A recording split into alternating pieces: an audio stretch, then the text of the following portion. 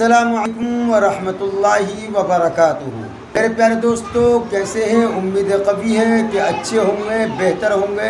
तो प्यारे, मैं इमरान प्रतापगढ़ी का वो धमाकेदार और बेहतरीन बयान लेकर हाजिर हुआ हूँ कि जिसको सुनकर आप अपने होश खो बैठेंगे।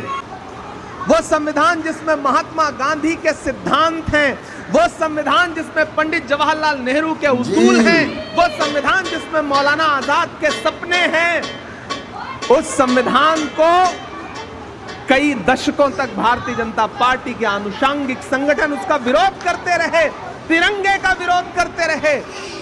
लेकिन आज स्थिति यह है कि जब वो इक्तिदार पर आए हैं, सत्ता पर आए हैं, तो एन केन प्रकार उस संविधान को कमजोर करना चाहते हैं। नए नए बिल लाए जा रहे हैं पार्लियामेंट में, जनता के विरोध में सारे काम किए जा रहे हैं और मैंडेट चूंकि उनके पास है।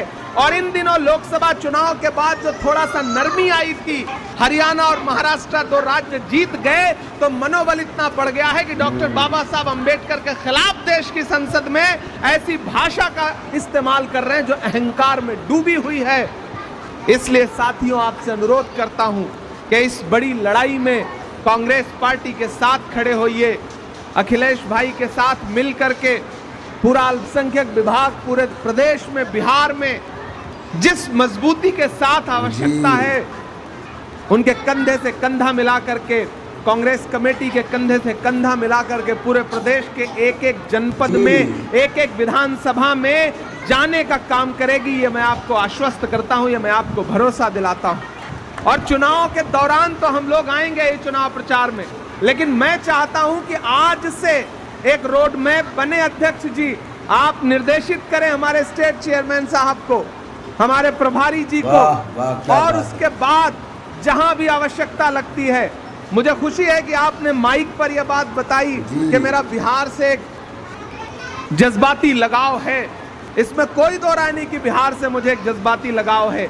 इसीलिए जब भी मुझे देश की पार्लियामेंट में बोलने का मौका मिलता है तो मैं कोशिश करता हूं कि बिहार के जो भी मुद्दे हैं उनको अपने भाषण में जरूर समेट सकूं और सदन के पटल पर रख सकूं।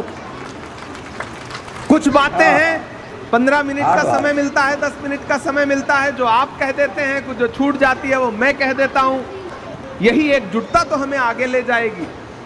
इसी एकजुटता की तो आवश्यकता है और इसी एकजुटता को अपनाने की जरूरत यहां चंपारण के हमारे लोकल नेताओं को भी है कि आप अपनी दुनिया में मगन बने बैठे रहिए, लेकिन अंततोगत्वा एक वोट से भी अगर सत्ताधारी लोग जीत जा रहे हैं तो हार है।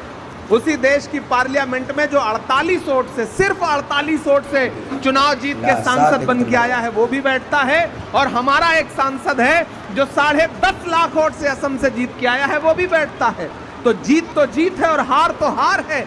और लोकतंत्र नंबर का खेल है। चुनावी प्रणाली जो है वो नंबर का खेल है, कितने सर, कितने मतदाता, कितने वोट। तो इस गणित में आपको गुणा गणित तो बिठाना पड़ेगा। अपना ईगो, अपना जबरदस्ती का जो एक ईगो है उसको किनारे रख करके संगठन कैसे मजबूत हो, इसके लिए हम सारे लोगों को काम करना पड़ेगा।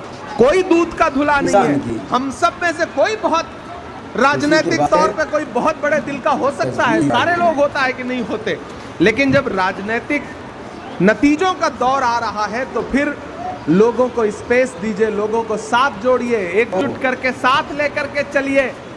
और पूरे बिहार में मैं उस आहट को महसूस कर रहा हूं अध्यक्ष जी। पटना से उतर करके यहां तक आते हुए, यहां मीडिया के साथी मौजूद हैं। कल शाम से लेकर के अब तक जितना मैंने इनसे बात किया है, मैं ये महसूस कर रहा हूं कि बीपीएससी के जो छात्र हैं, नौजवान, पेपर लीक की शिकायत करने के लिए जब सरकार की चौखट पर गए तो उनके पीठ पर जो लाठियां बरसी हैं उसका जख्म अभी सूखा नहीं है। वो तैयार हैं इस बात का बदला लेने के लिए कि मैं जिस इलाके में खड़ा हूं ये गन्ना किसानों का इलाका है और किस तरह से उनकी फसल को बर्बाद किया जा रहा है, किस तरह से उनको न्याय नहीं दिया जा रहा है। यहाँ का किसान इस बात से नाराज है।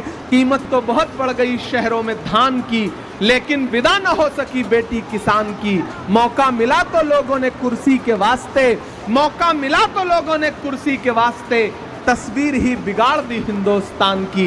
इस देश का किसान और खास तौर से बिहार का किसान आज तक नहीं भूला है कि किस तरह एमएसपी की लीगल गारंटी मांगते हुए 700 जवानों को, किसानों को अपनी शहादत देनी पड़ी। तब सेंटर की सरकार को यह एहसास हुआ कि वो जो कृषि कानून लाए थे वो काले हैं और उनको बदलने के लिए नरेंद्र मोदी जी तैयार हुए। इतनी कुर्बानी तो एक साथ जलियांवाला बाग में अंग्रेजों ने भी नहीं ली थी जितना इस सरकार ने किसानों की कुर्बानी ली है। तुझको कितनों का लहू चाहिए अर्ज़े वतन, कितनी आहों से कलेजा तेरा ठंडा होगा। ये किसान विरोधी सरकार है, ये नौजवान विरोधी सरकार है। पिछली बार आपको याद होगा जब महागठबंधन की सरकार थी तो किस तरह युवाओं को नौकरी देने का काम किया था बिहार की महागठबंधन की सरकार ने। अगर बिहार का युवा चाहता है कि फिर से नौकरी आपको मिले, किसान चाहता है कि उसके सम्मान की राशि उसे मिले, किसान चाहता है कि उसके कर्जे माफ किए जाएं, तो एक बात याद रखना, अगर इनकी सरकार बनी तो अंबानी और अडानी के कर्जे माफ होंगे। अगर आपकी सरकार बनी तो किसानों के कर्जे माफ होंगे, मजदूरों के कर्जे माफ होंगे, गरीबों के कर्जे माफ होंगे। ये बुनियादी अंतर है भाजपा और कांग्रेस की सोच में, यह बुनियादी अंतर है नरेंद्र मोदी जी और राहुल गांधी जी की सोच में। मैं राहुल गांधी जी के साथ चला हूं 4000 किलोमीटर। मैंने देखा है उनके पैर के छाले, मैंने देखा है उस आदमी की मेहनत। उस आदमी ने बस एक नारा लगाया 4000 किलोमीटर चलते हुए कि नफरत छोड़ो भारत जोड़ो। एक मीडिया के साथी ने मुझसे कहा कि इमरान साहब आपको क्या लगता है भारत जोड़ो यात्रा से देश बदल जाएगा? हमने कहा बिल्कुल बदल जाएगा। जब महात्मा गांधी जी ने अंग्रेजों के खिलाफ भारत छोड़ो आंदोलन शुरू किया था तो उस वक्त भी कोई नहीं मान रहा था कि अंग्रेज देश छोड़ करके अंग्रेजों को जाना पड़ेगा।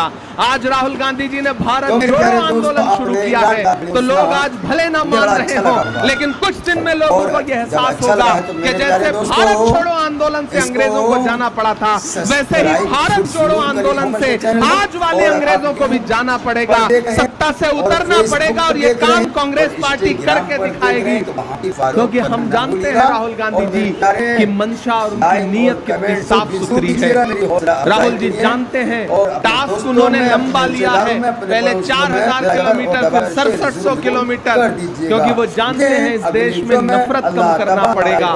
जब तक नफरत कम नहीं होगी तब तक भाजपा कम नहीं होगी। भाजपा नफरत फैलाने का हर दिन प्रयास कर रही है सांसारिक तौर पर और एकजुट प्रयास कर रही है।